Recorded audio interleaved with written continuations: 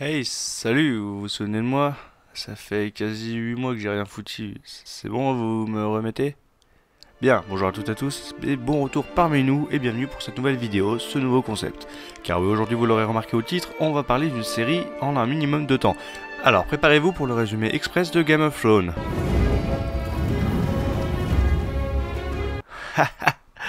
Non, je rigole, vous y avez cru? Non, on va plutôt parler d'une série pas connue du tout et dont tout le monde se fout, alors préparez-vous pour The Shannara Chronicles. Générique.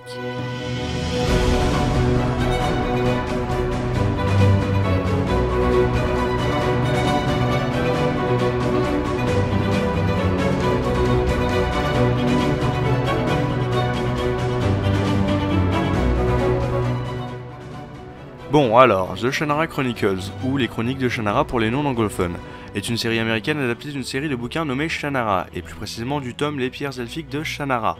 Bon, pour la série ça devient un poil plus complexe puisque la saison 1 a été produite par MTV en 2017, qui s'est ensuite débarrassé du projet pour la seconde saison, en la refilant à Spike TV qui produira la saison 2 sortie en 2018. À l'heure actuelle, l'histoire n'est pas terminée, mais la saison 3 semble compromise puisque Spike TV cherche à leur tour à s'en débarrasser suite au peu d'audience de la saison 2. Bon, vous trouvez déjà ça compliqué? Accrochez-vous pour la suite, parce qu'on va passer au résumé de la série. L'histoire se passe dans un monde d'heroic fantasy, avec un monde peuplé d'hommes, d'elfes, de gnomes et de trolls, mais également un monde post-apocalyptique puisque nous sommes en l'an 4150, après une guerre ayant éradiqué toute forme de vie intelligente sur Terre. La magie est évidemment présente et maîtrisée par des druides et quelques élus, mais oubliée ou seulement relayée à l'état de légende pour le reste des mortels.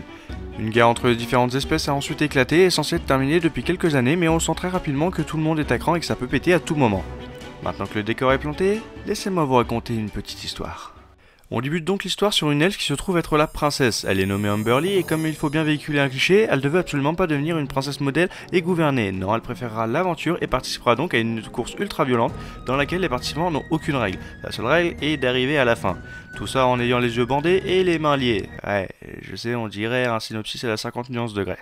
La récompense de cette course, pour les 7 premiers arrivants, est une place dans le cercle très fermé des élus, dont la mission est de protéger un arbre magique nommé Elcris, qui emprisonne les démons dans ses feuilles.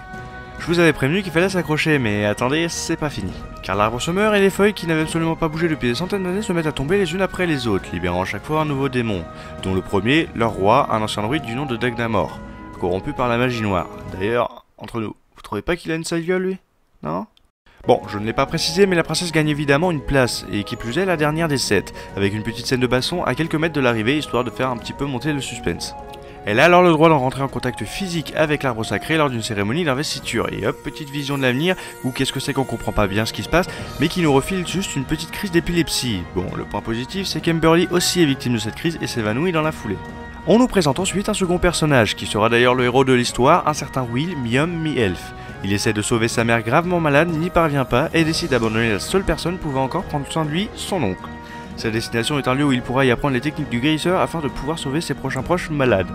Il n'arrivera jamais à destination puisqu'il tombe sur un nouveau personnage central à l'histoire, une certaine Eretria, une vagabonde qui va le séduire, le droguer et le dépouiller. Donc la morale des enfants, c'est qu'on ne suit pas et surtout on n'accepte pas de cadeaux de la part de personnes qu'on ne connaît pas, même si c'est une jolie jeune fille. Le problème, c'est que la seule chose qu'elle lui vole, ce sont ses pierres elfiques, un héritage de son père mort au pouvoir supposément incroyable. Il est donc réveillé le lendemain matin par le dernier personnage central à l'intrigue, leur guide dans la quête à venir, le druide Alanon, qui au passage est joué par l'un de mes acteurs de série préférés, Manu Bennett, connu notamment pour son rôle de Deathstroke dans Arrow et celui de Crixus dans Spartacus. Bref, il le réveille, lui dit qu'il évoit de grandes choses en tant que descendant direct des Shannara, une famille ayant déjà prouvé sa valeur en sauvant le monde à plusieurs reprises, notamment le père de Will qui a à l'époque fait équipe avec Alanon. Accessoirement, il lui demande de s'habiller quand même, et on est parti à la recherche d'Eretria. Pendant ce temps, la princesse a fui le palais afin d'empêcher sa vision de se réaliser, puisque dans cette dernière, elle s'est vue poignarder son petit copain. Elle finit par tomber sur Eretria qui est en train de se faire son petit camp pour la nuit. Cette dernière tente la même strat qu'avec Will, mais se fait juste victimiser cette fois-ci. Amberly part même avec son cheval, mais ça va, elle ne le vole pas puisqu'elle lui laisse quand même son bracelet royal, artefacto combien utile lorsqu'on est paumé en forêt quand même. Alanon de son côté emmène Will retrouver Amberly qui entre temps a rejoint sa tante. Arrivés sur place, ils se font attaquer par une furie qui déchiquette la tante, puis est décapité par Alanon. Bien joué, ça fait plus un point de bassitude pour toi mon jeune ami. Bref, Will a été courageux en s'interposant devant la princesse, ce qui suffit à ce qu'elle veuille lui faire confiance et le suivre. Blabla péripéties, ils se retrouvent tous les 4 au palais où un démon métamorphe envoyé par le Dagdamor tue tout le monde, à commencer par les 6 autres élus, ce qui fait que la vision d'Umberlee se réalise puisque le métamorphe ayant pris son apparence poignarde son petit copain qui était l'un des élus. Il le piège avec la pire ruse possible. Alanon lui brise le cou et récupère un point de plus. Umberlee entre ensuite dans l'arbre par une porte, si vous voulez, et il voit sa mission en tant qu'élu. Elle doit apporter une semence. Ne pas faire de vanne, ne pas faire de vanne. Allez, retiens-toi. Apporter une semence donc dans le feu sacré pour la rapporter au sein de l'arbre afin qu'il renaisse. Ils se mettent en route pour garde sûre où se trouve le feu sacré. Un démon commence à les prendre en chasse. Ils sont capturés en chemin par Céphélo, le père adoptif d'Eretria et chef des vagabonds, qui voudrait bien récupérer les pierres elfiques de Will. Une fois arrivés au camp des vagabonds, ils sont attaqués par une nouvelle furie. Will découvre qu'il peut utiliser l'ultra laser et la détruit sans vraiment savoir comment.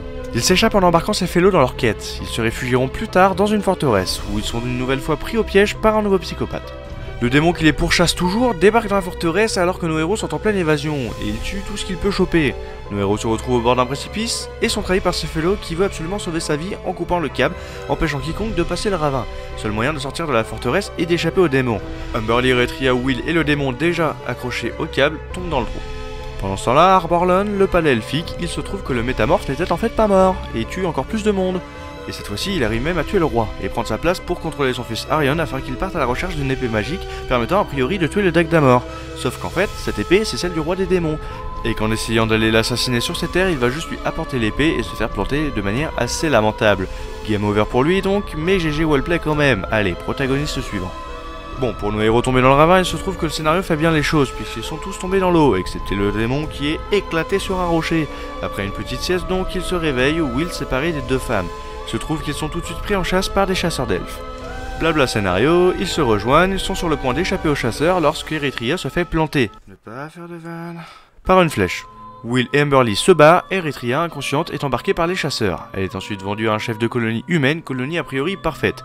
Sauf qu'en fait la sûreté de la colonie en question est assurée par une trêve conclue avec les trolls du coin en échange de sacrifices humains, dont Eretria est censée faire partie le soir même.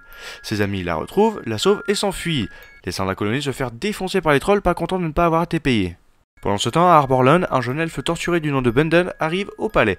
Il possède le don de pouvoir lire l'avenir et plus précisément la mort des gens par simple contact avec eux. Oui, c'est très beaucoup le fun. La nonne le prend donc sous son aile et souhaite lui permettre de contrôler ses pouvoirs. Ça tourne mal, le petit Bundle tombe sous l'influence du Dagdamor et est plus ou moins enfermé dans sa chambre après avoir failli étouffer son croche. L'arbre perd sa dernière feuille, donc maintenant tous les démons sont libérés, et donc le Dagdamor et son armée commencent à marcher en direction d'Arborlon pour tout casser. Nos héros arrivent enfin au feu sacré, Eretria apprend qu'elle est issue d'une lignée d'enfants d'une secte à moitié maléfique, mais que ça aide bien le scénario puisqu'en plantant sa main sur un pic, elle active le feu sacré, dans lequel Umberlee va se faire carboniser afin d'entrer en contact direct avec l'esprit de l'Elcris, l'arbre pour ceux qui ne suivraient pas. Elle y découvre alors que c'est elle la semence. Stop, c'est trop, j'en ai marre! Bref, elle apprend que c'est elle la semence qui régénérera l'Elcris et que la graine qu'elle se tape depuis le début de l'aventure ne sert absolument à rien. Bon, l'armée de démons arrive au palais, mais est attendue par des armées d'elfes et de gnomes qui ont trouvé un compromis pour s'entendre et sauver le monde. Entente possible grâce au dernier prince en vie, devenu entre-temps roi des elfes, le roi Ender, qui a sauvé le roi des gnomes plus tôt dans la série. Donc ce dernier lui est redevable, et ouais, faut suivre un petit peu là, hein. Bref, nos héros sont en route pour résoudre tout ça et finissent par être poursuivis par des trolls. Eretria se sacrifie pour bloquer les trolls et permettre à ses amis de poursuivre leur chemin. Ils arrivent finalement à Arborlon alors que c'est la merde de partout. Ils se faufilent jusqu'à l'Elcris. Umberlee entre de nouveau dans l'arbre et est certainement absorbé par l'arbre, j'imagine. L'arbre se régénère, les démons sont de nouveau enfermés dans les feuilles et fin de la saison. Ils se marièrent et eurent beaucoup d'enfants. Ah bah non, car Umberlee est maintenant un arbre et Eretria s'est sacrifiée, enfin supposément. Tout ça sans oublier que Will fait la gueule à la nonne pour ne pas leur avoir dit la vérité au sujet de la semence et du vrai rôle de la princesse. Ouf, sacré bordel quand même tout ça. Bon, passons maintenant à la petite partie analyse, car contrairement à ce que je peux laisser penser depuis le début de la vidéo, j'aime beaucoup cette série, non pas que le synopsis soit extraordinaire, mais je la trouve ambitieuse. Je m'explique, la plus grosse erreur des séries d'Heroic Fantasy quand elles n'ont pas des budgets de ouf comme GOT, eh bien c'est que au niveau visuel, ça fait tout de suite très cheap. Mais là, sincèrement, vous pouvez le voir depuis le début, excepté quelques effets visuels un petit peu légers, l'esthétique est plutôt soignée. Ensuite, cette idée de faire de l'heroic fantasy mais dans un monde ultra futuriste, avec des structures de notre époque qui sont totalement friches, c'est plutôt original et assez grisant, je dois avouer. Sincèrement, je trouve ça dommage que cette série n'ait jamais trouvé son public. Au final, ce que je regrette le plus, c'est le fait que il y aura pas de saison 3. En tout cas, ça semble vachement compromis. Et donc, les arcs en cours ne seront pas terminés. Et ça, je trouve ça dommage. Bref, je ne sais pas si c'est le syndrome de Stockholm après avoir passé 3 jours enfermé devant cette série ou ma faiblesse envers cette entité qui est quelque peu misérable, mais sincèrement, si vous avez du temps, que vous ne savez pas quoi regarder comme série, je vous la conseille vivement, ne serait-ce que pour découvrir les sous-intrigues que je n'ai absolument pas évoquées et les détails des péripéties que j'ai volontairement omis, ou oubliés d'ailleurs. Bref, en tout cas, j'espère que ce nouveau format vous a plu, ça faisait très longtemps que je voulais faire quelque chose dans ce style, mais ne regardant que des séries ultra connues, il n'y avait pas vraiment d'intérêt à le faire. Donc si vous avez apprécié ce résumé, vous pouvez liker la vidéo, donner votre avis en commentaire et bien sûr vous abonner pour me soutenir. Si tu veux me motiver à sortir rapidement la deuxième partie sur la saison 2, je t'invite à faire tout ça et à partager autour de toi pour agrandir la communauté, ça me motivera vraiment. Moi je vous laisse, faut que j'aille expliquer à Will à quel point il est inutile pour l'instant et faut que je lui apprenne à utiliser ses pierres pour la saison 2 parce qu'il va en avoir besoin. Allez, salut et à la prochaine dans notre labo.